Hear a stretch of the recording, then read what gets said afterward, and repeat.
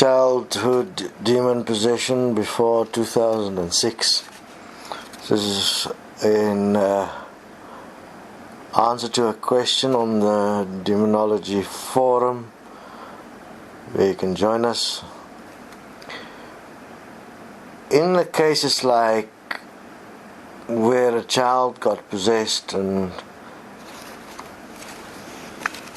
required what was perceived to be an exorcism, one must understand that the demon was subject to the child's basic abilities. Like in this particular case, the child, the food would be placed in the mouth, would seep back out, which is a normal action that a child will do.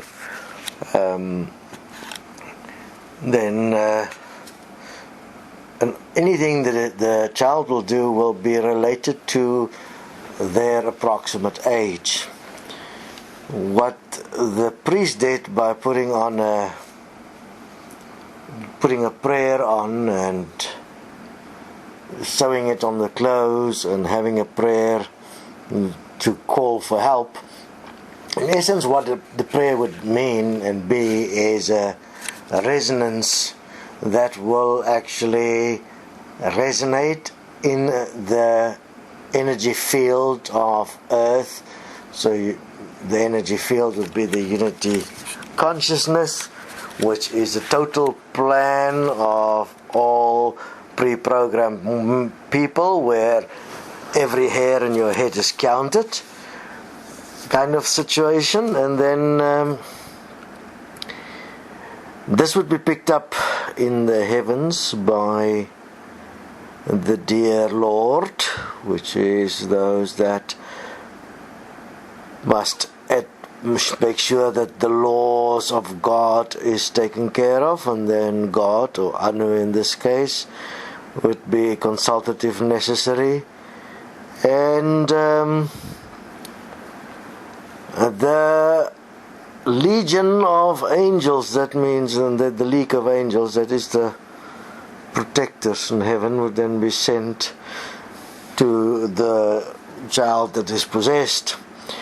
Or the guide would become aware of the problem and understand they did not always have the direct access immediately. Access was dependent on pre-programmed scenarios and could also be viewed whenever a person's life path is changing within the unity consciousness.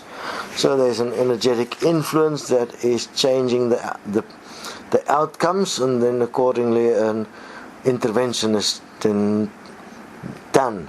And with a child, intervention is quite easy, because the demon that, for instance, in the case of a young child, 2-3 years old, has entered, have got very limited access to anything, and will very quickly realize that there is no point and be on their way looking for some real opportunities.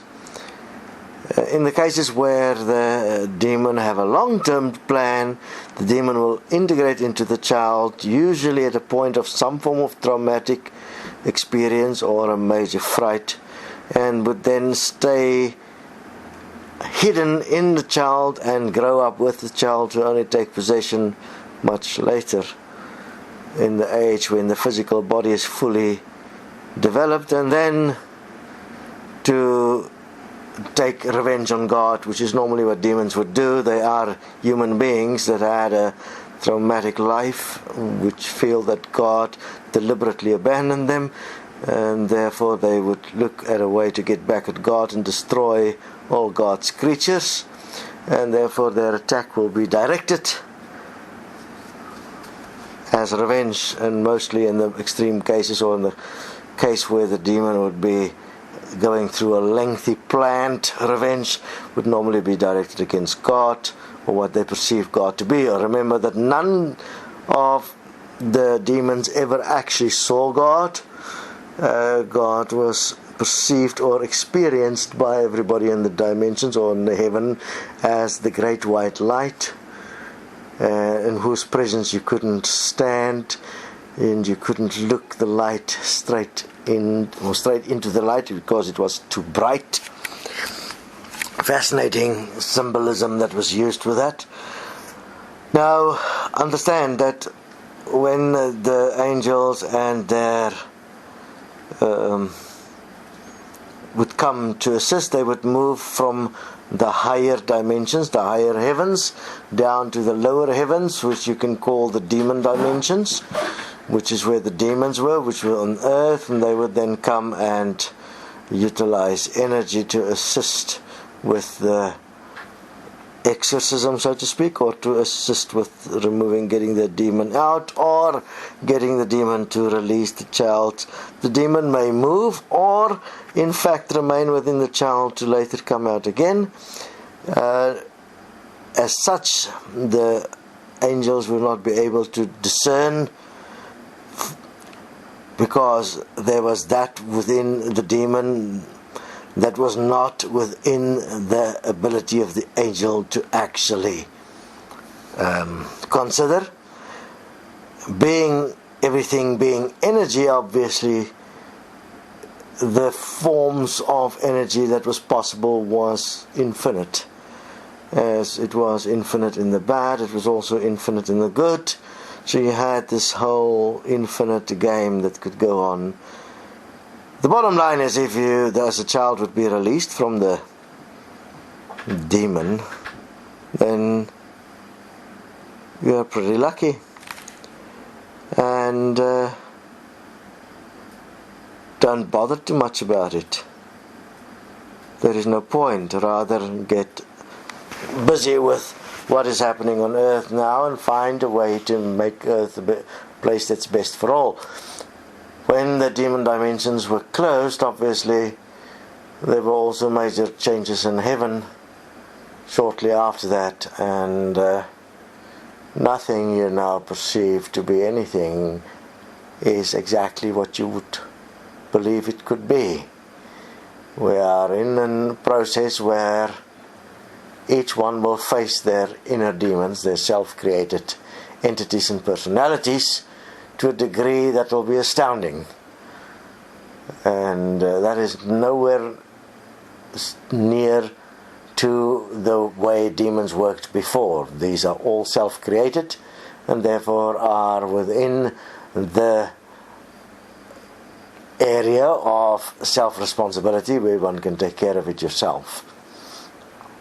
And no one else will be able to remove demons without creating new ones. Interesting nuances, isn't it? There is thus no need in this particular case to do regression therapy. You're not really going to find any information that is of any consequence or that will make a big impact on your life. The point is done. This is purely for interest's sake. You can look at the Elvis interviews also about his experiences. There's been quite a number of interviews done in the old Desteni material, the research material. Obviously, we did not do interviews with every single point. Then there would have been tens of thousands of interviews. And we did a few interviews under very strict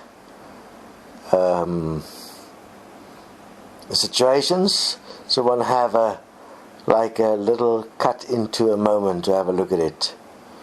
And you have to look very carefully to see how things work, because there are so many different ways that the observer can influence themselves while they're observing, that you will rarely find an observer that can see what's real.